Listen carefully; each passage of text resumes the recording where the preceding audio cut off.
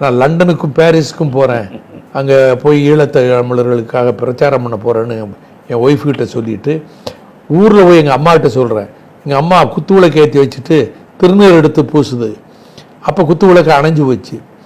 அப்போ அம்மா இருந்துக்கிட்டு, என்னப்பா எங்கேயோ வெளிநாட்டுக்கு போகிறேங்கிற, விளக்கு அணைஞ்சு போச்சே அப்படிங்குது. அது என்னம்மா விளக்கு அணையிறது நல்லதுன்னு தான் நம்ம சொல்லுவாங்க அப்படின்னு நான் சொல்கிறேன். சொல்லிவிட்டு நான் வாரேன்.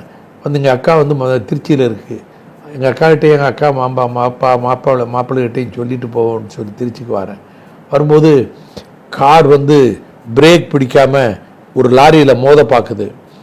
அதில் எப்படியோ தப்பிச்சிடுவாங்க, உயிர் பிழைச்சது. திருச்சிக்கு வந்து அக்காக்கிட்ட சொல்லிவிட்டு மாதிரி நான் லண்டனுக்கு போகிறேன் அப்படின்னு சொல்லிவிட்டு இங்கேருந்து புறப்பட்டு காலையில் 4 மணிக்கு புறப்பட்டு காரில் புறப்பட்டு போகிறேன்.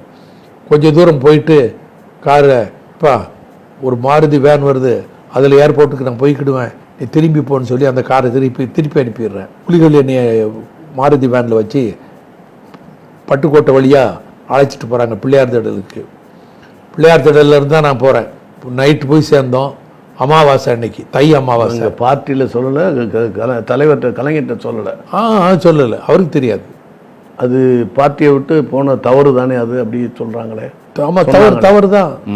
ஆனால் அதை விட பெரிய தவறுன்னு சொன்னால் அங்கே அவ்வளோ மக்கள் செத்துக்கிட்டு இருக்காங்களே, அதை தடுக்கிறது அதை விட கடமை இல்லையா? அவருக்கு தர்ம சங்கடம் ஏற்படலாம். ஆனால் அங்கே அவங்க ஆட்சிக்கு வந்தாச்சு, சண்டையை நிப்பாட்டணும். அப்போ என்ன வழி? இப்போ நம்ம நேராக போவோம், அவர்கிட்ட போய் பேசுவோம், அப்படி அறிக்கை கொடுக்க வழி இருக்கான்னு கேட்போம் அப்படின்னு நினச்சி போகிறேன். நான் நல்ல எண்ணத்தில் தான் போகிறேன். அப்போ கலைஞருக்கு பிரச்சனை இல்லாமல்